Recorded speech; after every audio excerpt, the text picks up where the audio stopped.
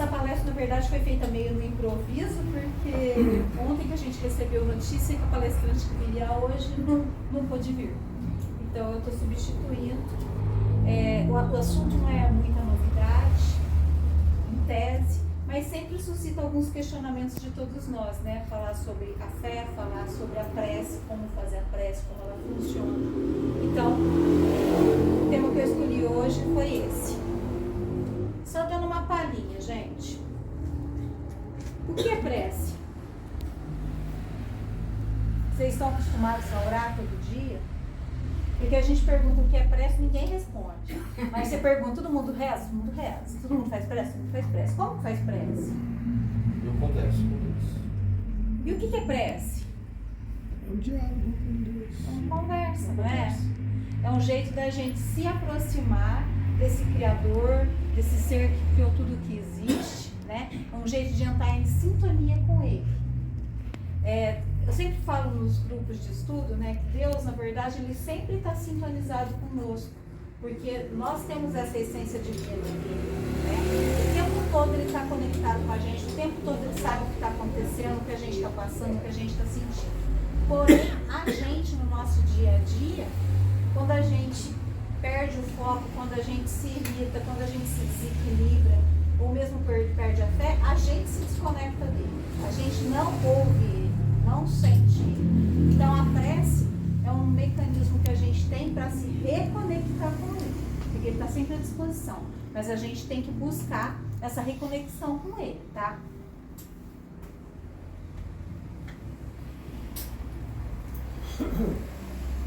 E aí, para dar uma palhinha sobre isso, ninguém mais, ninguém menos que o próprio Jesus. Guardai-vos de fazer a vossa esmola diante dos homens, para serdes vistos por eles. Aliás, não tereis galardão junto de vosso Pai que está nos céus. Quando, pois, deres esmola, não faças tocar trombeta diante de ti, como fazem os hipócritas nas sinagogas e nas ruas, para serem glorificados pelos homens. Em verdade vos digo que já receberam o seu galardão. E quando orares, não sejas como os hipócritas, pois se comprazem em orar em pé nas sinagogas e as esquinas das ruas, para serem vistos pelos homens. Em verdade vos digo que já receberam o seu galardão. Mas tu, quando orares, entra no teu aposento e, fechando a tua porta, ora a teu Pai que está em secreto. E teu Pai que vem em secreto te recompensará publicamente. E orando, não useis de vãs repetições como os gentios, que pensam que por quanto falarem serão ouvidos. Não vos assemelheis, pois, a eles, porque vosso Pai sabe que vos é necessário antes de vós lhe pedirdes. Portanto, vós orareis assim: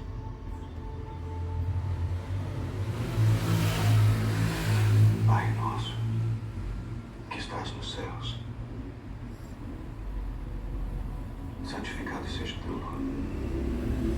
Venha o teu reino. Seja feita a tua vontade, assim na terra como no céu. O pão nosso de cada dia nos dá hoje. E perdoa-nos as nossas dívidas, assim como nós perdoamos aos nossos devedores. E não nos induz à tentação, mas livra-nos do mal. Porque teu é o reino, e o poder, e a glória para sempre. Amém. Bom, gente, essa passagem do Evangelho, ela fala justamente como orar, como se comportar durante a oração, e ele dá um exemplo de oração, que é o Pai Nosso, que a gente faz na maior parte das igrejas cristãs, né? Começamos, inclusive, a palestra com essa oração.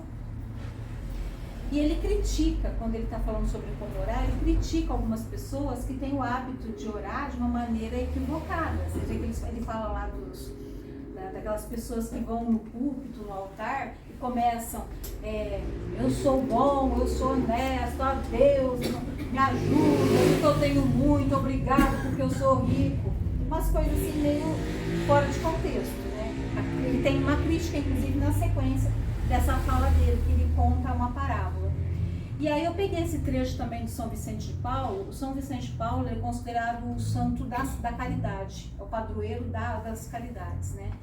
E tem uma historinha dele que eu até coloquei esses dias no Facebook, em que ele fala que ele estava na igreja e chegou primeiro um homem rico falando: ó Deus, obrigada pela herança que eu herdei do meu tio, porque é uma soma tão grande que eu nunca vou precisar trabalhar na minha vida.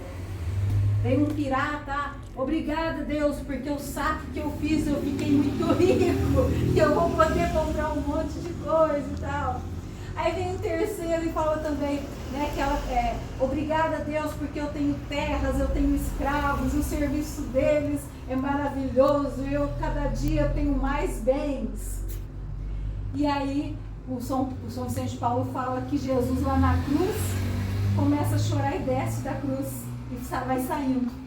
Ele falou assim: o que aconteceu, mestre? Por que você está indo embora? Ele falou assim: porque não é essa oração que você fez. Como que eles podem orar só pelos bens, sabendo que eles estão massacrando outras pessoas, né? Fazendo mal para outras pessoas? Isso não é orar. E aí ele fala que ele vai se retirar então da presença dessas pessoas. E quantas vezes todos nós não fazemos assim? Em vez de pensar no todo, a gente pensa exclusivamente na gente, mesmo que a gente esteja tomando vantagens, passando a perna em cima dos outros, né? É comum, por exemplo, até no futebol, né? Deus é brasileiro, Deus, meu time que tem. Algumas pessoas dizem que pra que a gente vai orar? Deus sabe tudo. Pra que eu vou contar pra ele, eu vou pedir ajuda dele se ele já sabe o que tem que fazer, o que eu preciso, o que eu mereço? Só que é aquilo que eu falei pra vocês no começo, ele sabe de tudo, mas a gente precisa ter a humildade de chegar e conversar com ele, não tanto para ele nos ouvir, mas para a gente ouvir ele, para a gente compreender aquilo que ele deseja de nós, para a gente achar respostas para os nossos questionamentos, para as nossas dificuldades. Porque olha só, por que hoje em dia a gente vai tanto em psicólogo? Não é para conversar? Por quê? Porque quando a gente conversa, a gente vai explicar a situação para o psicólogo ou para um amigo que seja, a gente primeiro vai ter que elaborar o pensamento daquilo que a gente está vivenciando para contar. E o fato da gente refletir sobre isso e elaborar para falar, muitas vezes a gente consegue resolver o problema que já estava ali. Até na conversa, muitas vezes a gente resolve. E conversando com Deus, a gente também abre caminho com a espiritualidade, com Ele, para a gente achar caminhos para resolver os nossos problemas, as nossas dificuldades. Então, isso é um dos objetivos. Ele sempre dá o que a gente pede? Nem sempre, né? Porque nem sempre a gente pede alguma coisa que vai ser bom pra gente. A gente chama Deus de Pai, que eu acho que é mais justo. A gente, como pais humanos, ainda cheios de defeitos, se um filho, uma criança, pedir uma arma, por exemplo, você vai dar? Se ela pedir uma droga, uma coisa que pode ferir ela, a gente não vai dar. Deus, como Pai de amor e de justiça, melhor do que ninguém, Ele sabe o que a gente pode e o que a gente não deve merecer. Tá? Aquilo que vai nos fazer bem ou aquilo que vai nos fazer mal. Aí a gente também sabe que existem algumas leis universais. Será que ele derroga as leis universais para atender os pedidos? Não, ele não derroga. Mas ele pode mexer os pauzinhos quando existem algumas condições para a pessoa receber aquilo que ela está pedindo. Né? Então, tem todas essas situações, mas mesmo assim é importante orar, pedir aquilo que a gente precisa. Tem até um trecho do Evangelho também que fala, né? Bata e a porta se abrirá, peça e obterás, procura e acharás. Então a gente tem que procurar.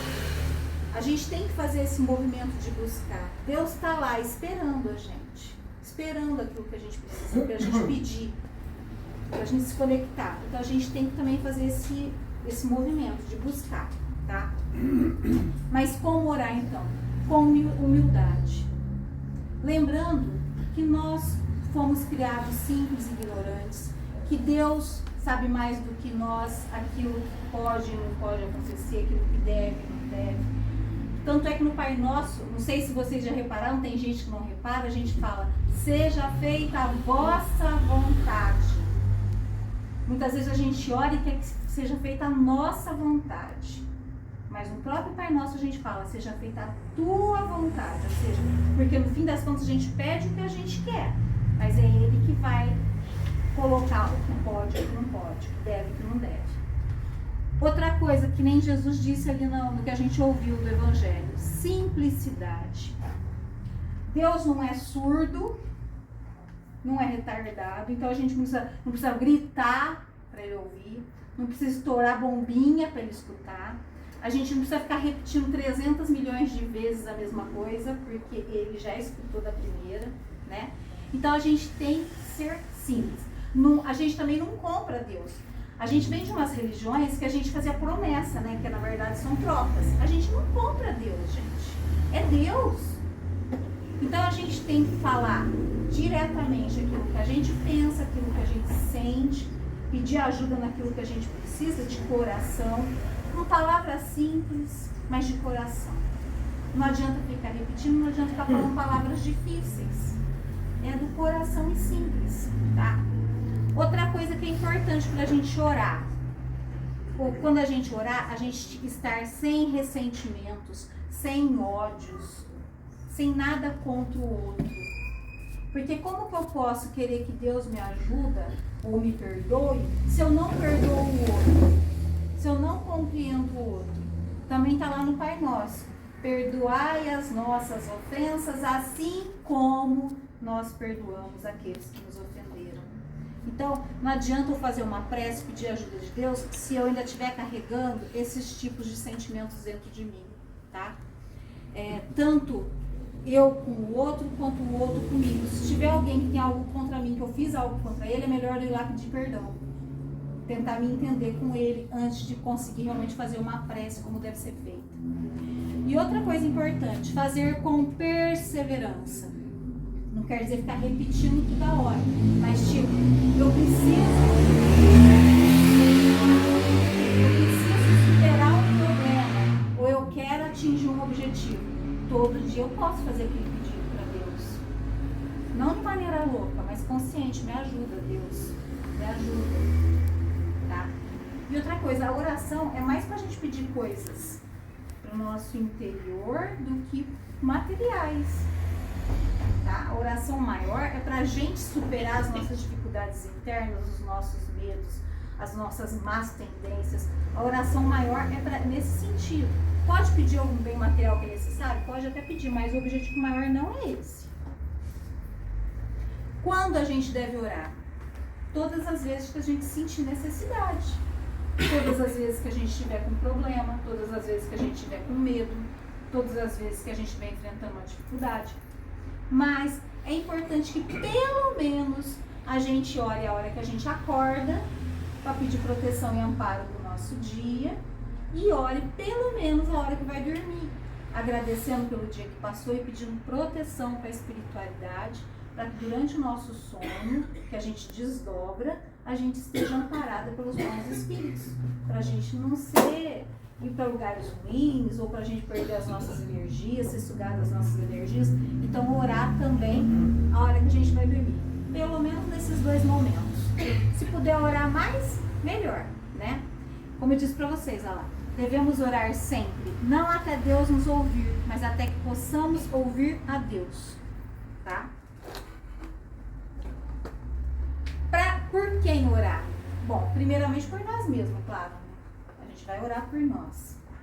Orar por aqueles que amamos, encarnados ou desencarnados. Orar pelos nossos inimigos, encarnados e desencarnados. Orar por todos aqueles que sofrem. A gente tem que orar uns pelos outros. Orar pelas autoridades mundiais. Porque apesar de tudo, se o nosso planeta tem que passar por um processo de transição e evolução, é bom que eles estejam bem inspirados pelos espíritos evoluídos, para que essa transição aconteça de uma maneira mais tranquila e mais rápida. Assim como os líderes religiosos. Porque a gente sabe que apesar de ter o nome de religião, ainda tem muita religião que uma quer destruir a outra, que incita violência, morte e daí por diante, né? Então, orar pelas autoridades mundiais religiosas e pela paz mundial, para que o nosso planeta possa avançar. Então a gente começa em nós, e vai expandindo, expandindo, expandindo até o mundo. São coisas que a gente deve pensar na hora das nossas orações. Outra coisa sobre a oração, tentar colocar em prática o evangelho no lar. O que é o evangelho no lar? É você escolher um dia na semana que seja mais tranquilo, assim como um horário que você sabe que vai dar certo, de preferência que você possa reunir a sua família. Se não der para reunir, faz sozinho, tá, gente? Mas se puder reunir, é melhor. Escolhe esse horário, esse dia, uma vez por semana. Nesse horário, coloca uma jarra com água para energizar, faz uma prece pedindo a proteção e amparo da espiritualidade. Pode ler um trechinho do Evangelho ou de algum livro assim de reflexão, que traz algum bem para as pessoas, para poder evoluir. Faz o comentário entre quem estiver ali e depois faz uma prece e encerra. E aí essa água que a gente coloca para fluidificar, depois todo mundo pode tomar. Por que fazer o Evangelho no lar? Porque quando você faz o Evangelho no lar, você atrai para a tua casa espíritos elevados que vão tirar as perturbações, as energias que estiverem no ambiente, vai renovar essas energias, vai dar proteção e amparo a todo mundo que está ali, né? Então a gente passa a ter uma vida um pouco melhor, mais leve. Lembrando disso também, gente, quando a gente ora, a gente atrai para perto de nós bons espíritos. Se a gente não ora e fica perdido em pensamentos negativos, por pensamentos ruins, a gente está atraindo perto de nós espíritos também perturbados. Então a oração também, ela nos protege, ela nos blinda contra o mal, né, que vem de fora. O mecanismo da prece. Quando a gente faz uma oração com sinceridade, humildade e tal, a gente faz uma manipulação de energias e essas energias, elas são conduzidas até onde a gente orou, para quem a gente orou, por uma substância que chama fluido cósmico universal. Esse fluido, ele permeia todo o universo. Então, quando a gente faz essa oração, essas nossas energias, essa nossa vibração vai direcionada até aquela pessoa, aquele motivo que a gente fez a oração, tá? E essa pessoa que recebe a oração, ela é envolvida nessa energia. Por isso que muitas vezes ela recebe o alívio, o socorro, a cura, tá? Quando a gente faz uma oração por alguém. É importante a gente orar uns pelos outros, porque nem todo dia a gente está bem, não é? Todos nós temos os altos e baixos. Então, se a gente orar uns pelos outros, o dia que eu não estou bem eu recebo, o dia que eu estou bem eu ajudo o outro que não está, e a gente vai se equilibrando assim mutuamente. Bom, seremos então atendidos nas nossas preces quando o pedido for justo, quando houver merecimento e quando for o momento adequado. Quando for o pedido justo, quando você não está fazendo mal para ninguém, você está pedindo alguma coisa que realmente vai ser útil para você ou útil para as outras pessoas, né? É importante. Quando você tem merecimento, quando você é uma boa pessoa, quando você tenta também fazer o seu melhor. Porque como que eu vou pedir qualquer coisa para Deus se eu de repente sou um traste, que faço mal para todo mundo, que só quero prejudicar todo mundo? Como que eu vou ter merecimento de receber uma bênção de Deus? Ele muitas vezes não vai permitir até que eu receba algumas coisas para não agravar a minha situação. Pensa que uma pessoa, por exemplo, que tem más tendências. Se ela ficar rica e ganhar na loto, a tendência é que ela vai se perder mais ainda naqueles vícios e propensões que ela já tem. Então, merecimento depende disso, daquilo que a gente é, daquilo que a gente faz. E o momento adequado. De repente eu posso pedir uma coisa hoje e hoje eu não saberia lidar com aquilo. Mas talvez no futuro eu saiba. E aí no futuro pode chegar aquilo que eu pedi, né? Então a gente também tem que entender isso. Existe um momento adequado para as coisas acontecerem. Mas assim, quando a gente faz essa oração, essa prece, uma das coisas fundamentais é a 2 letrinhas só. É tão difícil, né? A gente fala de fé, mas será que a gente tem fé? A fé, na definição, é uma força que nasce da nossa própria alma. É uma certeza instintiva da existência de um Deus, tá? Se a gente for voltar na história humana, desde os povos primitivos, das cavernas, já existiam cultos a divindades. Sempre se acreditou que existia um Deus. Então, a fé é realmente um instinto, uma sensação inerente ao ser humano. Muitas vezes a gente tenta até tirar isso, né? Negar isso, mas isso geralmente está dentro de nós. E na doutrina espírita, a gente tenta desenvolver a fé inabalável ou a fé raciocinada, que é aquela fé que se mantém firme e forte em todas as situações que a gente possa passar na nossa vida. Porque uma pessoa que ela não tem uma fé embasada, quando ela tiver os primeiros embates, as primeiras decepções que acontecerem na vida dela, ela perde a fé. E muitas vezes até começa a brigar com Deus, fica com raiva de Deus, se volta contra Deus. Eu já conheci pessoas que ficaram com ódio de Deus, né? Então, assim, o Espiritismo, ele busca isso, essa fé que tem compreensão, que a gente compreende as coisas que estão acontecendo, o porquê das coisas. Então, a gente vai trabalhar essa fé raciocinada, tá? E aí, na minha última aula até do grupo básico, a gente estava falando que o Espiritismo, ele tem 3 bases, que é a religião, a filosofia e a ciência. E quando a gente fala de fé, parece que é uma coisa muito só religiosa, mas não é. Existiu experimentos que aconteceram no final do século XIX, durante o século XX também, experimentos da física e da química com partículas subatômicas de elétrons, e essa experiência provou que o elétron, por exemplo, ele pode em algumas situações se comportar como partícula e em algumas situações como onda. E que quando ele faz essa manipulação nesses experimentos, se alguém estiver olhando para aquela partícula, altera o trajeto dela, altera o lugar onde ela vai aparecer, altera o comportamento. Ou seja, o olhar do observador mexe com as partículas. E aí a gente está falando de física quântica ou mecânica quântica. Tá? Por que a gente está falando disso? O olhar do observador. Se a gente é capaz de manipular uma molécula para ela surgir num lugar, aparecer no outro, se comportar de um jeito ou de outro, a gente é capaz de movimentar qualquer molécula dentro de nós mesmos, inclusive provocando curas. Se a gente é capaz de fazer isso, a gente também pode fazer isso pela oração quando eu direciono uma oração para uma outra pessoa. Eu também sou capaz de manipular a energia à distância. Eu sou capaz de criar o meu próprio presente, o meu próprio futuro, começando na nossa mente, quando você deseja uma coisa, quando você quer chegar num objetivo, quando você quer se tornar uma pessoa melhor. Se eu colocar isso, eu consigo manipular energias para que aquilo se torne realidade. Tanto é que, assim, se a gente pegar em situações bem básicas, até um bolo que a gente for fazer, primeiro ele não surge no pensamento. A gente pensa em fazer o bolo, a gente idealiza que bolo que a gente vai fazer e depois coloca em prática, o bolo surge. Isso de uma maneira bem grosseira. Mas, por exemplo, se eu quiser, sou criança, eu quero ser uma médica, eu começo desejando lá como criança. E aí esse desejo vai tomando forma e eu vou buscando os caminhos e eu chego na concretização desse ideal. Então, tudo começa na mente humana. O Espiritismo já diz que nós somos co-criadores. Então, a nossa co-criação é muito mais real do que a gente imagina. O problema é que a gente não tem fé. E aquele negócio assim, se eu falar assim, eu tenho certeza que eu vou me curar, eu tenho fé que eu vou me curar, mas de repente parece uma interrogação assim, será? Acabou a fé.